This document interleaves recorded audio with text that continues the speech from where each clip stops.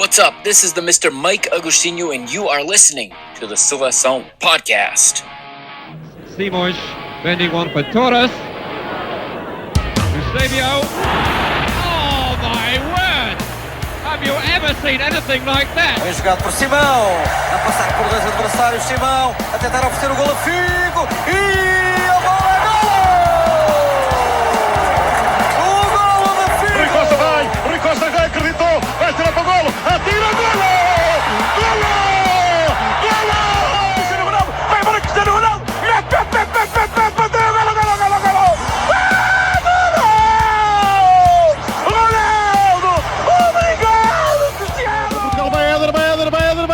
Chuta! Gol!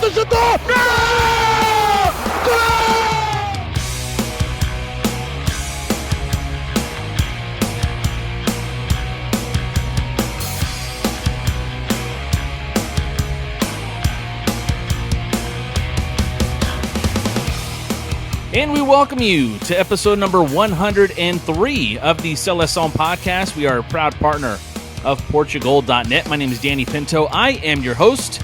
And we thank you guys for tuning in to the Seleção podcast once again, as we have been, kind of dipping our toes in the women's game this summer with Euro 2025 going on. But unfortunately, this is going to be the last episode of Euro 2025 for us, as unfortunately the Navegadoras did not get out of group play.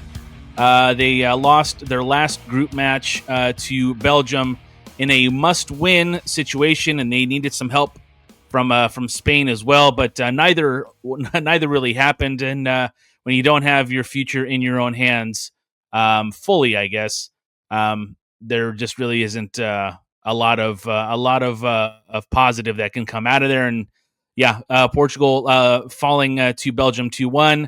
Finishing in last place with 2 losses and 1 draw.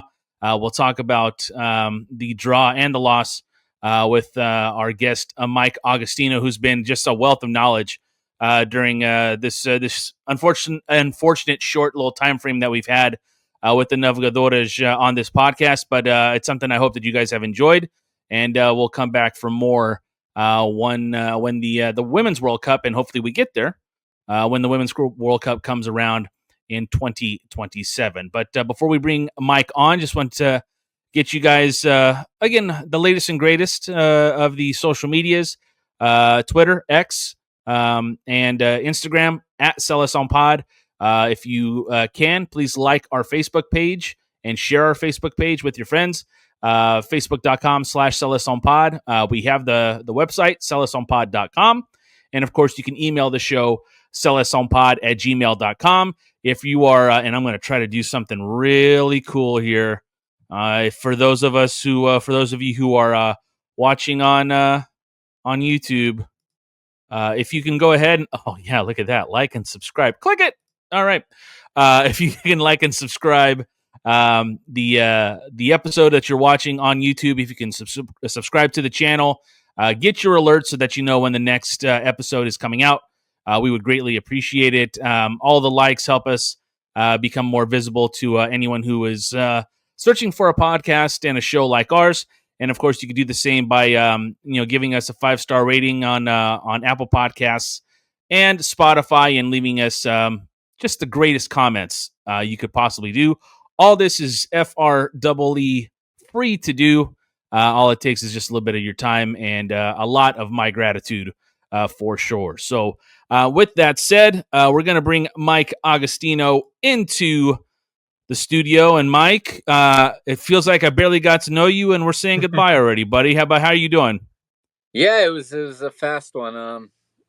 Disappointed. I think this team is better than they showed. I think that last game really is a sour way to go out. I think that those last 10 minutes really, really put a damper on the entire group stage, I think, because I thought we were going in the right direction after the Italy game, even though it didn't finish the way we would have wanted.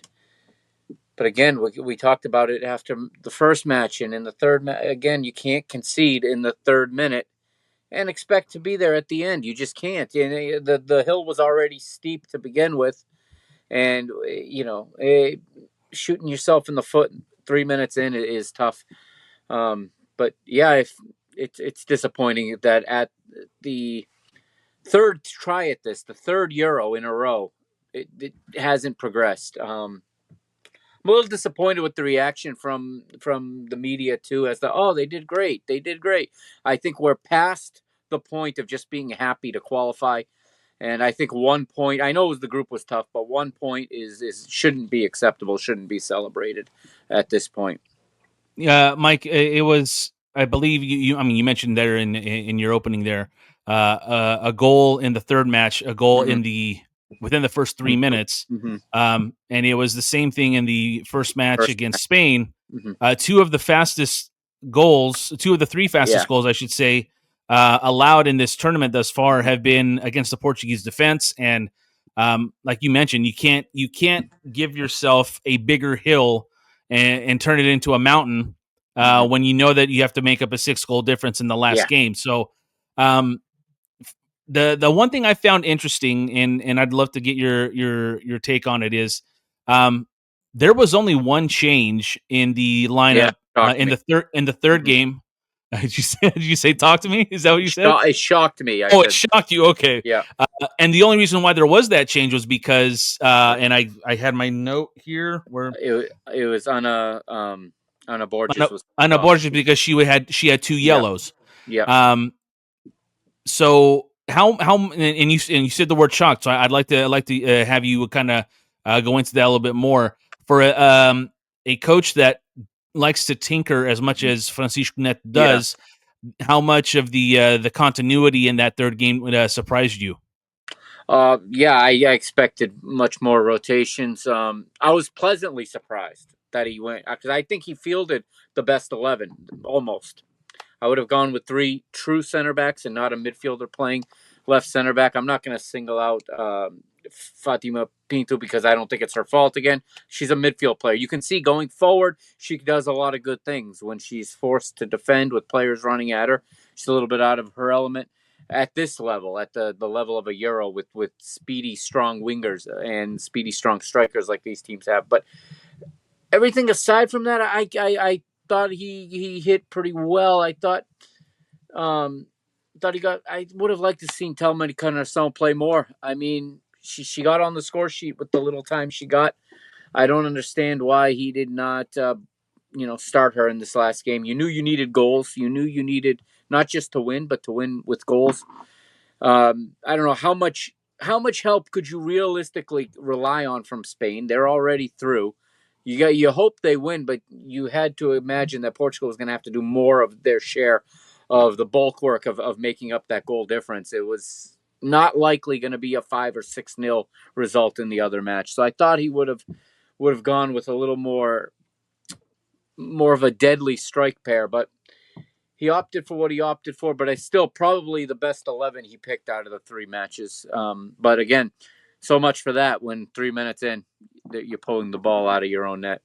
Yeah, absolutely. We're talking with Mike Agostinho here as we break down the Navegadoras bouncing out of group play and out of Euro 2025. Disappointed for sure is Mike and a lot of the fans of this women's national team. And I've told Mike this off the air, but I'll probably say this again right at the end here, but one of the reasons why I wanted to do this, not Fatima or Tatiana's. Did you like that? All right, just to make sure, like, because I don't, it's people take it same last name, but it's like, hey, listen, if you screwed up, hey, we're not the family tree. Probably there's a branch that probably fell off or something, but one of the reasons why I wanted to do this podcast is one of the reasons is that I felt, and I think a lot of people who follow the federation as a whole felt that this women's national team, was on the precipice of taking that next step. Mm-hmm. And one of the reasons why I brought you into this is because, I mean, I've seen you on X, and there's no one that I've seen in terms of the women's game on the Portuguese side of things comment more and have as much background as you. So I'm hoping everybody's really enjoyed you being on this pod for this Euro. But with that said, some of the stuff that I've read is that there's a lot of people that thought Thelma should have been playing more. We saw and we were unable to talk about the Italy game, just scheduling reasons on my end. But you saw that Francisco Net played Kika Nazaré in that second game, in that third game, because of the need to try to get goals. It didn't seem that the team can really produce a lot of goals with the Diana Silvas and Jessica Silvas of the world. And as soon as Thelma came on, I don't how quickly did she score? What time? Yeah, she came on. And I'm not saying that she's the answer, but what I'm trying to get to is, and I guess this is more of a more general question, Mike. Yeah, there's a lot of people who said that this was a huge regression for this national team in terms of the way it bowed out, only getting 1 point. You're gonna get beat by Spain no matter what, but they only scored 2 goals in the entire tournament. When you have one of the best midfielders in the female game at your disposal to kind of put balls wherever she wants, so this has to be a disappointing effort for sure, because there was everything to play for in these last 2 games, and yet they barely got that goal against Italy, and then it was a terrible match, to be very honest, because I thought Belgium bossed them the entire game for maybe the outside of that little window. Maybe that 10-15 minutes. So all that to say is thanks for being the expert on this, but I'd like to just kind of get your feedback on, like, now what? I think there needs to be changes. I mean, we said off air, we already know the coach isn't changing, which is disappointing for most people that follow. The Federation today announced that they're happy with him, and apparently this is good enough for the Federation. So I think the squad needs to be rejuvenated. I mean, I've seen people that follow the women's game closer than I do, and they say that in the U19 team that just went deep in their Euro, that there's much more technical ability in those kids than there are in these senior players as far as technical on-the-ball ability. And, hey, Mike, real quick, I just kind of want to get, like, why is it, in your opinion, why is it the wrong move to bring Francisco Net back? And it sounds like you feel that way, is there a logical next, I guess, coach in because I remember, forgive me if I have this wrong, Francisco Net succeeded George. Okay, and but he was part of her, for lack of a better term, coaching staff. Team, coaching tree, right? The staff. Yeah, he's in her coaching tree, and she's like the director of the women's game for the Federation. So she's still in the picture. But would there be anybody within his staff that could take over, or would it need to be somebody outside? I honestly think it's time for a foreign coach, similar to what the men did, because I don't think there's anyone left in the Portuguese game that can elevate this team at this time. Filipa Paton's come here to Boston. She's going to be the first ever coach of the Boston legacy. She was Benfica's coach for the last 4 years. Sporting's former coach, Mariana Cabral, I think could be the national team coach, but she's also in the NWSL as an assistant. So I don't know, she's probably making a better living doing that than she might make as the national team coach. With much less stress. With much less stress, exactly. Yeah. So I don't know that the option exists within Portugal, the improvement, but I do think he just doesn't have the level to take this team any further. It's not so much a personal thing, but I don't know that he can take this team any further. I think he's been there too long. He's too loyal to an old guard that needed to be phased out and never were. And I know I looked, kind of ridiculous on in the Italy game because I lost it when he subbed in Dolores Silva, and then she ends up getting the assist. But again, it still doesn't make logical sense to bring in a holding midfielder when you need a goal to pull level in the last 10 minutes. Sure, she takes the set pieces and delivers a good ball, but there's other midfielders that can do that as well. There's more attackers, and he just seems not to trust the younger players other than Kika Nazareth, but who I think he made, it was obviously all in with her because he starts her right from the beginning in game 2. I was nervous about that, but she held up. I was shocked to the level she was able to play after 3 months completely off the pitch, and then to just come in and play like that, for almost 2 full matches. But yeah, I don't think he can take this team any further, as you said, and I think it's obvious to anyone, even within this sample size of these 3 matches, that we're not going in the right direction. I watched the post-game coverage on Canal 11's Channel 11 in Portugal, and now that's a federation channel, and it was the same story. And then every time someone would have a critical question, they'll go, yeah, but imagine where we were a decade ago, right? So I pulled it up. You know what? But that's okay. I'm sorry. Go ahead. I pulled it up. 8 years ago, at our first Euro, we left with a victory. We left with a victory and 2 defeats. So we actually have regressed, mathematically speaking. Yes, this was a tough group. In black and white numbers. We've regressed. Black and white numbers, we have regressed. Of course, there's more nuance than that, but I don't think that. I just don't buy that anymore. It's been a decade now of improvement, and the expectation needs to grow with the program.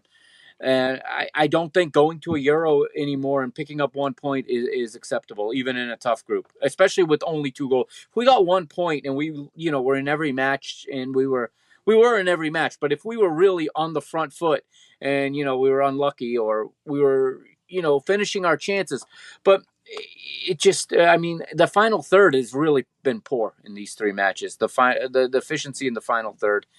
And I don't think he had the right personnel on the pitch to make it happen. And, Kika, as well as she did, is not at 100%, so she couldn't take it on her own. And she had 1 chance where the goalie made a nice save, but yeah, she had set up Anna Capita before that with a golden opportunity, and Anna Capita lets the ball ride out of her, and she loses her angle, and she ends up hitting the goalkeeper because she doesn't get a foot on the ball soon enough. Little things like that have to be cleaned up when you go to a major tournament. You cannot squander chances the way that this group squandered in these last 2 matches. The first match was what it was, but in the last 2, there were opportunities to score more, at least force the goalkeeper to make a tough save and maybe have a rebound. They didn't do it. And, there just didn't seem like there was enough testing of the goalkeeper because go ahead. Yeah. And I just get the sense they're just happy to be there. They were missing a little bit of a hunger to go really, really go after it. The second game, I was bothered, and I understood it was a tough week and everything. But when I saw the goalkeeper Patricia Moraes in the crowd with the fans celebrating after a 1-1 tie that basically eliminated the team, in essence, that was all wrong, and I don't understand, how you can feel like that after. Basically, you got to overcome a 6-goal margin. Those are long odds. That's really not grounds for celebration at this stage. 8 years ago, that would have been, we got a point. Congratulations. If we're still thinking that way, we definitely need new leadership to change that mentality. Yeah, it reminds me obviously a little bit of the Fernand Sanch situation where maybe he stayed a little too long. I think a lot of us who have who are watching the podcast and listen to the podcast, yourself included, I think we were of the opinion that he stayed 1 cycle, maybe 2 cycles too long. But there is I remember him saying, I think it was after the qualification for the last World Cup where Portugal had to go through to the playoff. Yeah. And because they lost at home against Serbia. And he said, my job is to get us to the tournament. No. Not anymore. Not after 2016, not after 2019. Especially when the team is better in terms of quality. Yeah. And I think there's some similarities there where I trust you. Yeah. Well, but here's the thing. New president, which I thought, could have, if it went wrong for Roberto Martinez in the Nations League, I firmly believe there was going to be a new manager for the World Cup qualifying. But he shows his mettle in beating Germany and beating Spain. Whether I believe he's the right guy or not, he has the he has the wins to back him up. Mm-hmm. Yeah. Francisco Net does not have that. No, He doesn't he's have the about wins. Yeah, and he's still not received or has not gotten Portugal to a knockout stage. And Right. like as you mentioned, and folks on social media, the regression seemed to be there. I think Eddie Orbond in Artesia, who has been following the pod for a while, and he's got a great mind for soccer too. There's been a regression with the same players, and to me, that kind of leans back to what you've been saying, Mike. Is it's the same players, Yeah. which means they're older, and they were older 2 years ago and 3 years ago at the Euros as well. So if they're 3 years older, Father Time again is very undefeated, and I just don't. Again, I don't know enough about the women's game to have a strong opinion on certain players. Mm-hmm. But if they were already on the back end of their career 3 years ago, and I hope there's an influx of young players coming up in the ranks. Mm-hmm. But I kind of leave that up to you to let me know and let the listeners and viewers know, about the next kind of generation. But it's great that he's done what he's done, Francisco Net, but at some point you kind of have to say, you know what, thank you for kind of getting this project to where it is. Yeah. But we have to get someone to take over now. Yeah, absolutely. And the warning signs were there through the Nations League. I mean, two of these teams were in our group in the Nations League, which is bizarre. It's unheard of that 2 months ago we're playing in a different competition against virtually the same teams. But that it started good. It started with a draw against England, and things were on. The qualifying run was good, but then it all started to come undone. And I don't know if it seems like everybody got comfortable. Belgium beat us 3-0 in Portugal. I mean that should have been a red flag right there, and nothing changed. Everything was kept the same. And these are just friendly games. Yeah, Portugal got themselves relegated from Nations League, which now means in World Cup qualifying, we qualify out of League B, which means we'll go to the playoff. But now we got to play a much tougher team in the playoff, where if Portugal had stayed in League A, no matter how you do, you go to the playoff and you play someone from League B, is how it was explained on television, how the qualification works. So now qualification for the next World Cup, I'm concerned about, because it's going to be a tougher path than it was for the last World Cup. And again, we're seeing the team trend in the wrong direction. And, we could be up against Belgium again for a spot in the World Cup, because that's kind of where they fall also, is in those third place-ish, in the Nations League kind of spot. And that's where Portugal is much better than most of the teams in League B. There's a big drop. But that's where you're going to match up in that playoff to end up going to the World Cup. And it's an uphill battle, and everybody's kind of going on like everything is good and it's going to be easy, and we're just going to continue to automatically grow and automatically get better. And I don't know, there were younger players that could have seen time. And I thought that the Nations League, at least if you'd learned from it, and you come in here and you freshen up the squad a little bit, you give some younger players some experience to go forward. If we left this Euro with 1 point, but we gained 2 or 3 new key players to go forward, it would have been productive, and I'd feel a lot better right now. But we didn't gain anybody, and we still got 1 point. We didn't advance. We didn't, in the end, the way this match, like I said, the way this match ended against Belgium is to have the VAR bailed Portugal out twice. Yeah. And you just continue to give them more chances. And it just, that last goal, it's just everybody's ball watching. The last goal was so frustrating, because there were three, four defenders or girls in Portuguese shirts just watching especially the player get her own rebound. Absolutely. Yeah. And you know what? Maybe reality at that point maybe set in too, where it's like they know they're not getting in, but again, it's at the same time the optics are terrible. Go for the win, even if you can't advance. Finish with a win. Finish with 4 points, and we'd be having a different discussion. Oh well, we got 4 points this time. We only lost to Spain. There'd be a lot of positives coming out of this. It'd have been a great send off for the 4, 5, 6 players in the twilight of their career. Because for 4, 5, or 6 of them, this is it. I can't imagine they're going to be back in the national team because we have a 2-year qualifying cycle. I don't see anybody going, at age 40 to the World Cup in 2 years. Although, if Neto stays on, maybe he will. I saw somebody. I don't know. You can talk to Ronaldo about that one too. Right, but there's no Ronaldo. Of course. He's in his own category. He's a 101. Yeah. Yeah, but somebody tweeted that I forget who the player he mentioned. It was one of the U19s is going to retire, and Neto's still going to be in charge of this national team. Let's take a look at some of the names that could be on their way out, and first let's start with Carolina Mins, who did not get a chance to because she was injured. She's 37. She has 124 caps. 24 goals in her national team career. But from the we'll go from the back to the front here. You have Patricia Moraes, who was the goalie for the last 2 matches. Yeah, she's 33. She has 100 caps. She's right on 100. From the defense, Ana Borges and Carol Costa, 187 and 183 caps respectively. They're both 35.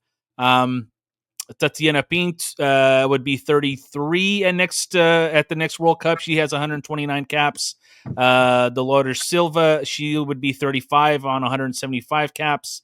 And then the Silvas, Jessica and Diana with 125 and 120. Which I find having that many caps up front, and maybe again this is the issue. We have defenders with more goals on relatively the same amount, or not same amount. It's close, but there just doesn't seem to be a dominant forward on the roster. Right. So I'd like to kind of go through maybe just quickly through the roster, and you tell me, if these players are likely to come back, or if, let's say, if you were Francisco Net, if you would bring them back. That's probably a better way. Sure. We'll start with the goalkeepers. Ines Pereira, Patricia Moraes, and the young lass Sierra Cota Yard, who is playing for AFC Toronto. She's 22, only has 1 cap, but who would you go forward with? I guess would be maybe the best situation, or the best question there at goal. Right now, I thought in these she got 2 games, but Patricia Moraes was a bit better than Ines Pereira. See, Ines Pereira is better with the ball at her feet, but Patricia Moraes is the better. She's bigger. She's almost 4 inches taller, and she's better at, although it didn't look it at times, at commanding her area. And she made some good saves in the Italy match where she was able to get up and tip these balls over the bar where I think Ines might not have been able to get to. Should she have come out on that ball for the first Belgium goal? Oh, absolutely. I probably. And the one that got ruled off because of the foul, that she really didn't look good on that one. The ball that was sent across on a curve, and she really reacted late to that. It was a great ball. We got lucky that there was a foul, 20 seconds earlier.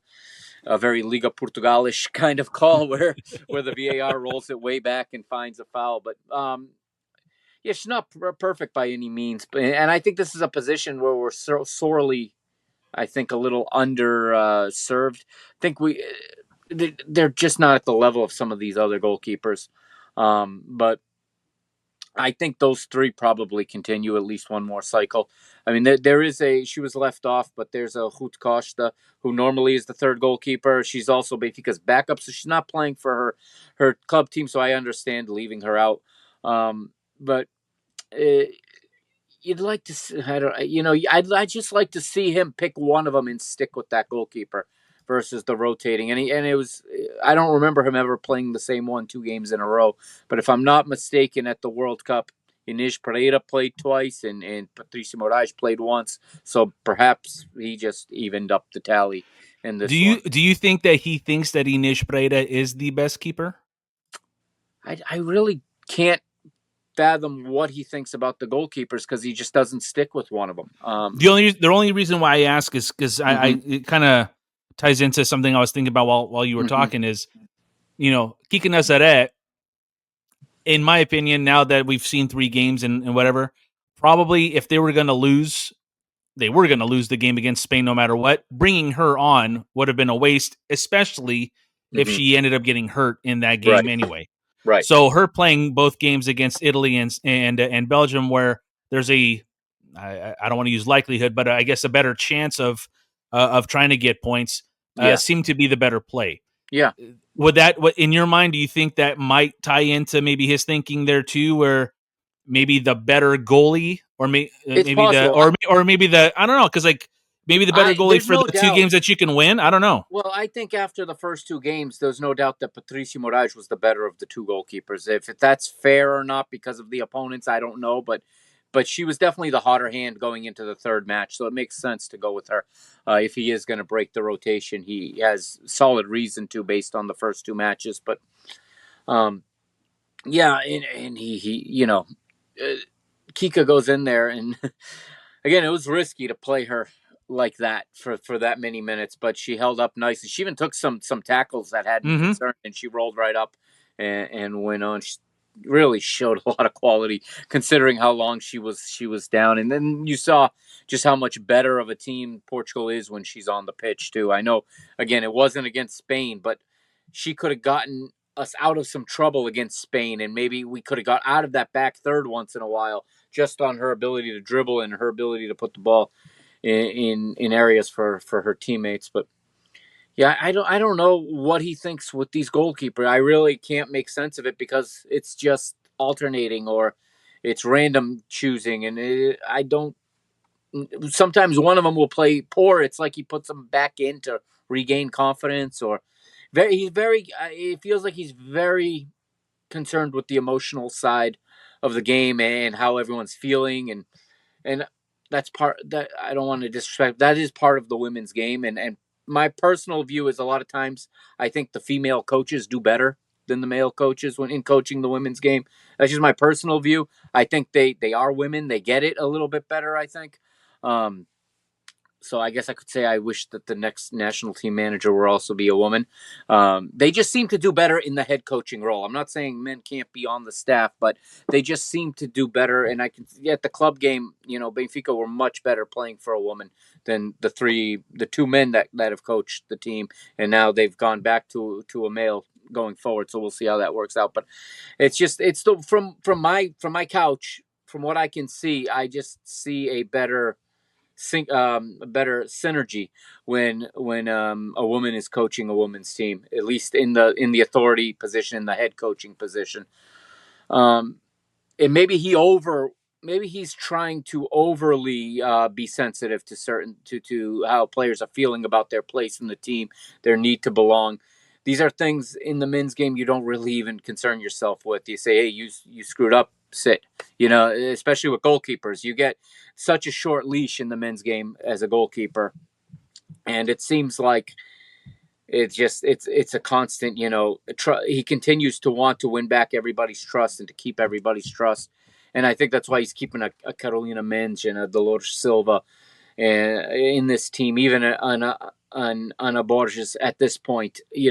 Bringing all of them, not just one of them, to be the locker room presence and to be the captain. Like with the men, Ronaldo is the captain. He's the elder statesman, but it's him. It was him and Pep right? But it was just them. You didn't need 5 or 6 of them.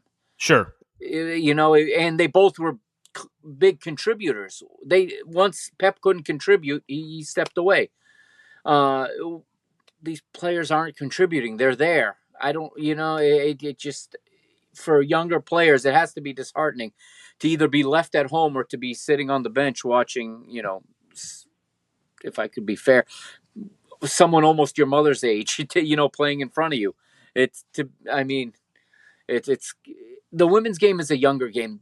Women tend to break in earlier. That's why you see so many caps. They came in younger than men typically, especially back then when Portugal was fully amateur. A lot of this generation came in very young, so that's why they have so many caps. But it's time to let the next generation come in. It's time to know when your time is up to, and to not just be blocking somebody's progress, somebody's development, because we're going to feel the effects of this in the next cycle and the one after that. And who knows if in 4 years Portugal will be at the Euro, and maybe we'll have to have that conversation about having kept some people in too long. And then when you finally elevate this next generation, they lack the experience and they lack the confidence because they've been sitting behind other lesser players, to be honest, at least in terms of fitness and in terms of current ability. Sure. Lesser players, and it's hard to get that back when you lose it. And then they're going to feel when they do get thrown in, they're going to feel the pressure to perform and to deliver so that they don't lose the spot they've been waiting 3 or 4 years for. Yeah, we're talking with Mike Agostinho here as we kind of give a just a closeout of the Euro 2025 for the Navegadoras. Just again a disappointing I guess just disappointing tournament. We were hoping for more. Mm-hmm. We mentioned the age on the defense. Ana Borges, Carol Costa, 35. Yeah. But we do have some young talent. Katarina Amado, who is 25. You have Anastasia, who is 24. Carolina Correa only has 2 caps. She's 23. At 26, Diana Gomes is capped at 59 and has 7 goals. And I'm looking at recent call-ups, and you let me know if any of these names do anything for you, Mike. But there's Barbara Lopes, 23 years old, plays at Reims. She was on the preliminary squad. Ana Ruth, she is 27. But then you have youngsters like Alicia Correa, who is at Sporting. She's 22. She's got 13 caps. Nelly Rodrigues, 2 caps, plays at Nantes in France. You have Agatha Filipa, who has 3 caps. She's 25. And then Inez Maya, 26, uncapped, but was called up, I believe, for I think in February of last year. Any of those names that were left off this roster for this?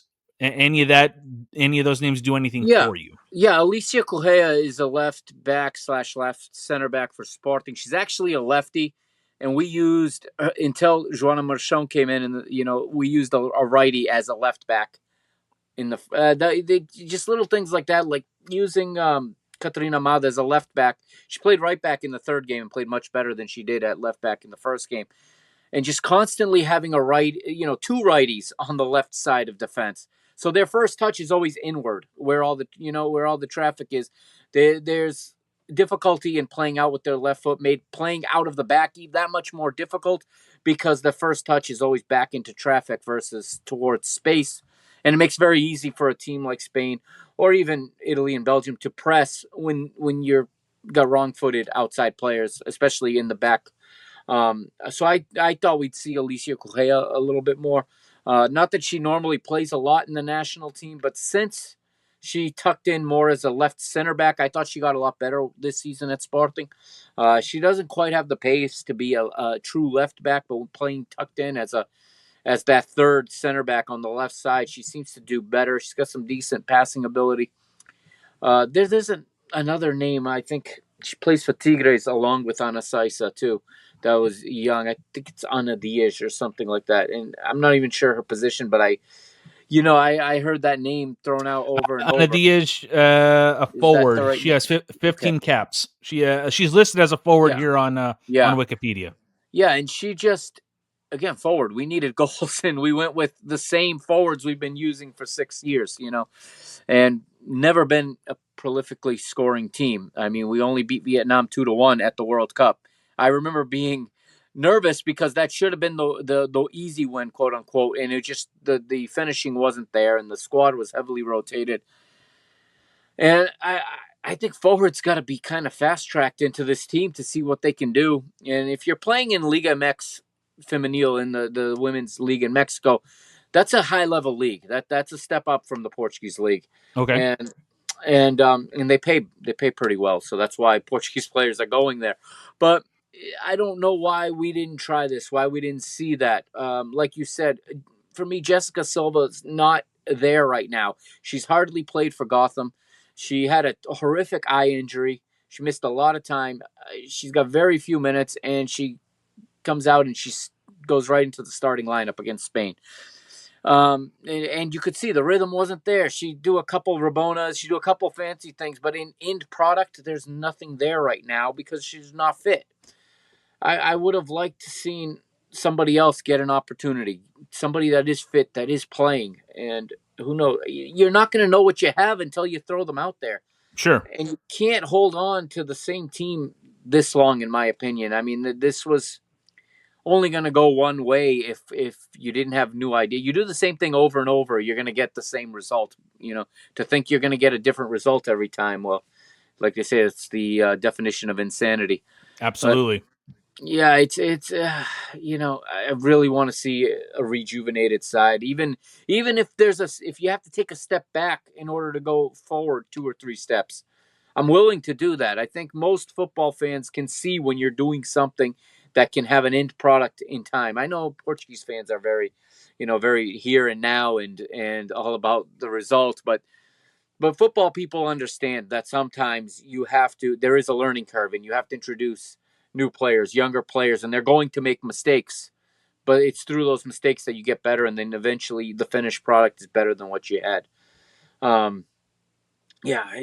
There's just some players I don't think should be there anymore.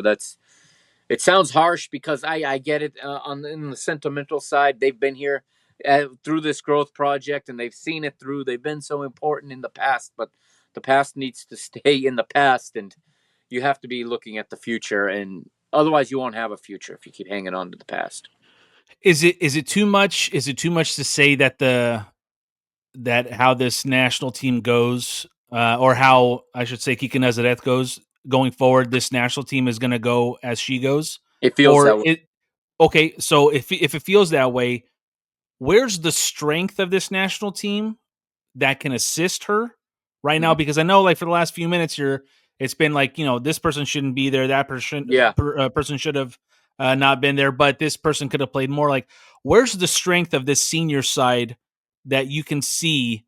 Is it in the midfield with someone like Kika Nazare, and then like we look at Ana Capeta, who you mentioned in our first episode as someone, and I thought she had a rough go of it in the Belgium game. She did. I thought she was pretty positive in the tournament. And also, Thelma Encarnação, maybe should have got more time. I think that's fair. But it's like, where is the strength to go right now to go with Kika going forward?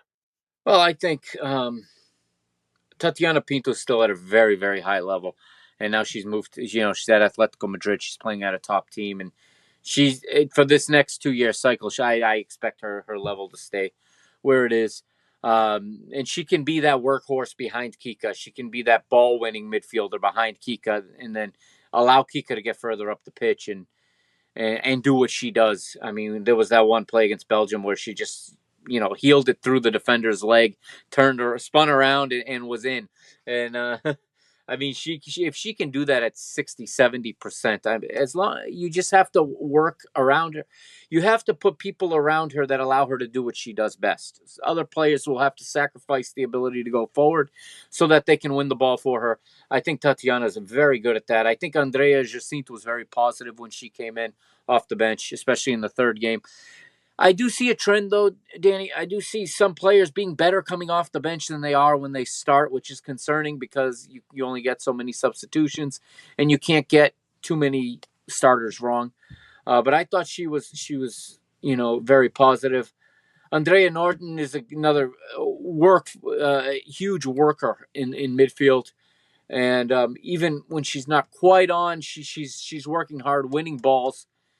And the best thing about working with Akika is you don't have to give her a perfect pass. She gets there. I don't know how many times the pass was off and she just has she takes that extra step and then just toe pokes it to herself into space and she's off. She doesn't require the most perfect service, which, is, just the definition of a world-class player because she makes everyone around her. She hides everyone else's weaknesses by being able to bail them out all the time. And I think that strength has to be in midfield, but you got to score goals. If you don't score goals, it doesn't matter what you can do in the middle and in the defending third, and you can't win 0-0. So as much as as much as Fernand Sanch might disagree, you can't win 0-0. So, yeah, you got to find a way to finish these opportunities on goal. We're getting there. We're getting to the final third. And then lacking the class. I don't know how many times I saw a player look up and shoot from 30 yards when they had somebody with them that they could have played in, or how many times the cross went out of bounds over the goal, or right to the keeper's hands. Those little things have to be improved upon, because those are the margins at this level where games are won and lost. And that's the difference between advancing to a quarterfinal with a chance to maybe get into a Final Four versus going home, with a great effort, but 1 point. And I think just effort isn't enough anymore, because we've graduated past that. And now we want to be amongst, we want to enter that upper echelon. We're at the top of the middle. Like when you have a league table, we're like the Europa League right now. If this were, if we were the Premier League or La Liga, we're like, competing for the Europa League right now. And we want to make that jump into those Champions League spots. And it's just got to be more clinical. It's got to be more efficient. The under-19 team you've mentioned a few times.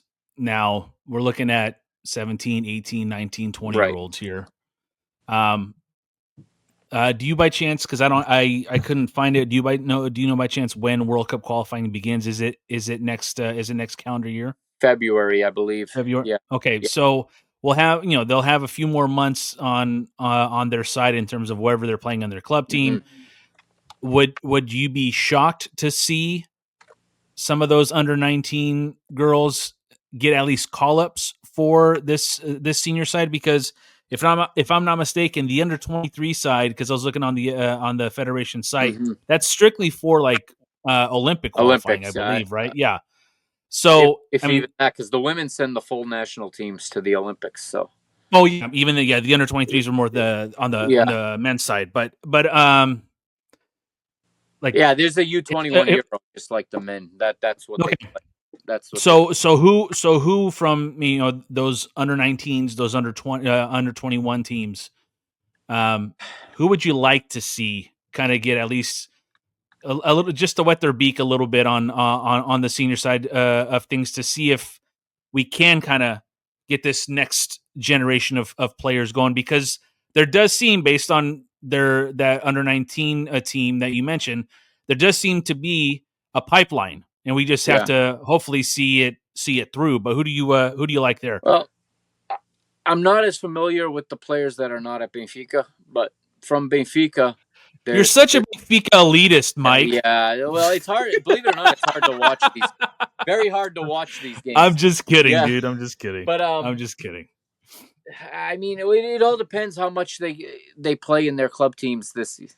How much they play in their club teams, at the start. But this next window, there's not another international window till October. That's their friendlies. That is the time to put them out there. If we get to October and we got almost the same exact roster again, we're doing it wrong. Yeah. What are we doing exactly? Because if there's ever a time to see it, it's now in this October window. But I just want to see what's out there. I want to see how these players come out in the league season when it starts. See who breaks into their first team, and there's even players that are not 19 and 20. There's players that are 24, 25 that maybe deserve a chance. Maybe they're at Torreense, or maybe they're at Braga, they're at Famalicão. But it's time to start seeing what they have there. Does a name like Samara Linu do anything for you?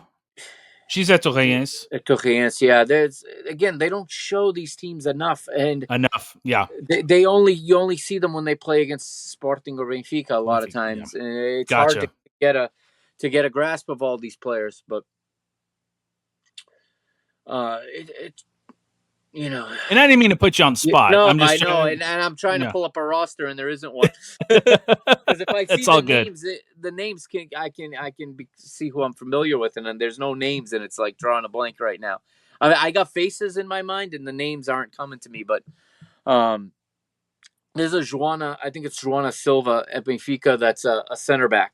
Okay, but she hasn't broken in to the first team yet, so I'm not going to say that she should be in the national team if she's not, playing in the first team yet. But Carolina Correa at Torreense, I'm familiar with, and if she's not playing, she was on the bench. She got the experience of going to this tournament. If she's not playing in these October friendlies, again, what are we doing? Why are we going with a pair of 35-year-olds in friendlies when we have a 2-year cycle ahead of us that they'll be 37 at the end of that cycle? I mean, you can't make those changes. And the older players get, the more there's an opportunity for an injury, and then you have to make a sudden change instead of gradually making these changes and being prepared for that. If someone gets injured and they're pulled, suddenly you're putting somebody in with no experience, and now it's not just here, go out there. It could be a qualifying game, and it's like, here, go mark, Denmark's top striker, or go mark Germany's, winger. And all of a sudden, you go from not playing to having the most important job, possibly the biggest liability on the pitch. So I just want to see I just want to see the depth chart expand and see what else is out there. Yeah. Hey, at this point, it's especially with friendlies. That's something that kind of like the men's game is now missing because of more, especially on the European side of things, because the Nations League. Now, I mean, we won Nations League. So I'm gonna take that, but but there is a lot. There's a lot of opportunity, I think, in October, given that they're friendlies, to see what is the next level of things, because you're not going to need someone who's 35, 36 who has cemented their place in the federation for 10, 15 years, play as much as someone who needs to figure out if they are even an option. So I'm with you there. Last question for me, man, it's Spain's to lose, right? For me, yeah, that's my belief. I mean, I know England fans still believe they're gonna keep it, that it's gonna come home again. I don't see that. Norway's done well, but their performance hasn't been as good of a performance as many of the pundits think it should be. I think it's Spain's to lose. I think there's Spain and everybody else right now. They're just continuing to peak as other teams kind of regress a little bit, because other teams are running into the same thing where their generations are getting up there, and it's time to find another one. Problem is, Spain's generation is right in their prime, so they can take an older player or two, because the rest of them are right in that sweet spot of their career, 26, 27, 28 years old. They got 2 Ballon d'Or winners in their team. I mean, where in your opinion, what is the best league in the world for women's football? Is it the Spanish league? It's so do you think, or is it here in the States? Here's the thing in the States. It's balanced, but you don't, in my opinion, they never play each other, so it's not really put to the test. Sure. I think there is a plan for a Club World Cup before the next Women's World Cup, the same way the men did. So we'll get to see this, I think, play out. But I think the thing is, in the NWSL, because of the roster rules, the top players are spread out, whereas in Spain, Barcelona has 2/3 of the national team on one team. I think Barcelona has the best team in the world. That might just be my stylistic preference. I would love to see them play a top NWSL team, because they're going to bring a physicality that Barcelona's not used to, and you would really get to see the two styles clash. But the top league, I think, might be the WSL in England. I know they're not. Arsenal are the Champions League winners. Chelsea were crushing it until Emma Hayes came to coach the United States, and they're still top. They're still at the top. Manchester City are strong. That's probably, at least in Europe, the most competitive league. France, just like the men, is dominated by PSG and Lyon. Italy is coming up, but it's not even all that much better. It's top heavy. Most of the leagues are top heavy. I think Germany probably has a really strong league. And the Spanish league it's like the men. It's Real, it's Atleti, and it's Barcelona. That have strong teams, and then there's everybody else. Well, man, I've really enjoyed these episodes with you, man. Again, I wish we had a few more in us to cover as Navegadoras in Euro 2025. But I've really appreciated, one, getting to know you, two, getting your knowledge and getting your thoughts on the team. And I can't wait for the next time to have you on. And just appreciate everything you did for us here in this summer of Seleção football. What do you got going on? Is there anything that you got going on that you want to promote? Anything that you want to kind of let anybody know about? Yeah, actually, so I got like 2 more Mr. Benfica episodes to drop this summer before I'll call it the end of the season, and the very next week it'll be a new season because the preseason starts this week. But I'm gonna be starting a new project this week. I've already pre-recorded. It's in the can. I'm gonna be doing a rewatch. This is something I've never done before. So I'm gonna be watching Welcome to Wrexham, starting from episode 1. It'll be on my feed. It'll be on my feed. I'll have links all over my Twitter at Mike Agostinho, and I'll be blasting it on all the social media. But I'm gonna start watching episode 1 and go through the series. And watch that because it's just a great soccer documentary and the behind-the-scenes stuff. I'm a nerd for that, so I can't wait to get into that and to share that with everybody. That's awesome, man. If you can, send me the information. DM me the information. I'll put it on the show description, and then obviously I'll blast it on from our accounts as well. So all right, cool. Yeah, man. All the best to you, man. Really appreciate your time and your expertise, and we'll talk soon, man. Forza. All right. Thanks for having me, Danny. Yeah, brother. You got it. All right. Peace. All right, guys. That was Mike Agostinho. We're gonna go ahead and mute his mic, and then we're gonna move me into the. There he is. All right. All this production. You figure I'd know how to do all the buttons already without having to figure it out after so many years of doing the podcast, but yet you guys think too much of me if you guys think that I know what I'm doing. So anyway, I want to thank Mike Agostinho so much for this summer of Seleção on the women's side.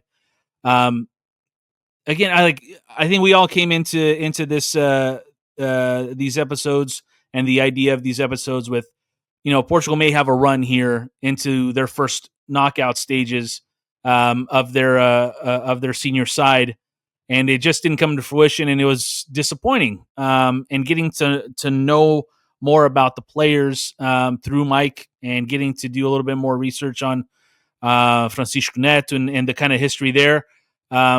You can see some of the similarities between the end of Fernando Santos' run with kind of where we are with Francisco Neto, with the new federation president, and given the way it went in the Euros here, I thought Pedro Proença perhaps had a chance to make a move here. But again, you can't make a move unless you know who you're bringing in. And if there was either someone that they wanted and couldn't get, or they didn't have a logical next choice, you go with the devil you know instead of the devil you don't. And while that's not the way to build winning football, I think we're still in a phase of Portuguese football where, even though the expectation is higher, given the where the team was a few cycles back, you still kind of want to see some continuity, maybe some progression that was built. But who's to say that they had somebody or didn't have somebody, or if Francisco Neto was going to stay the entire time. That's why I have people like Mike on the show, because I don't know. But again, I can't thank him enough for making time for us.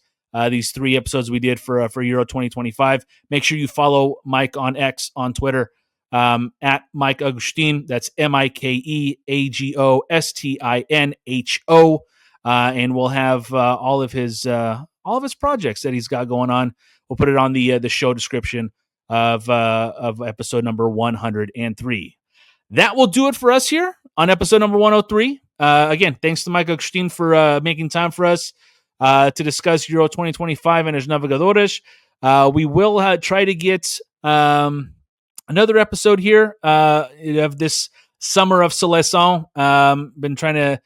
Been going back and forth with Matthew Marshall. He's been covering a lot of the under 19s and 21s on the men's side of things, and we're trying to get him on before we kind of have a little bit of a summer vacation for the pod until we get to qualifying once again for the senior side. And yeah, I mean, there's soccer all the time, man. Gotta love it. World Cup qualifying is in just a few months, and we'll know by December, A, if we're in, B, who we play, and where these games are going to be, because especially in North America, very important. I'm sure Mike wants something at maybe Gillette Stadium. Let me bring Mike back on. Hold on. Let me bring Mike back to the stage. Hey, Mike, and you got to unmute yourself, or maybe I have to unmute you. I'll unmute you. I got it. All right, Mike, are they going to Gillette? Who? I was sending you the notes. Sorry. Is the World Cup going to Gillette or no? Yes, 9 matches at Gillette. But I like to travel, so give me Philly. Well, I know, but it's easier. Give me Philly. Oh, Philly would be nice. Yeah, give me Philly. I think MetLife is too hard to get in and out of. I know just the right parking spot at Lincoln Financial Field, so give me Philly. All right, find Mike at the link. If Portugal plays out there, obviously I'm hoping for Levi Stadium out here in Northern California.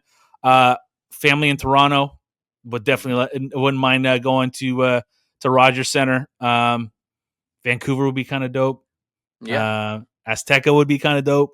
Santa Clara and Vancouver would be nice.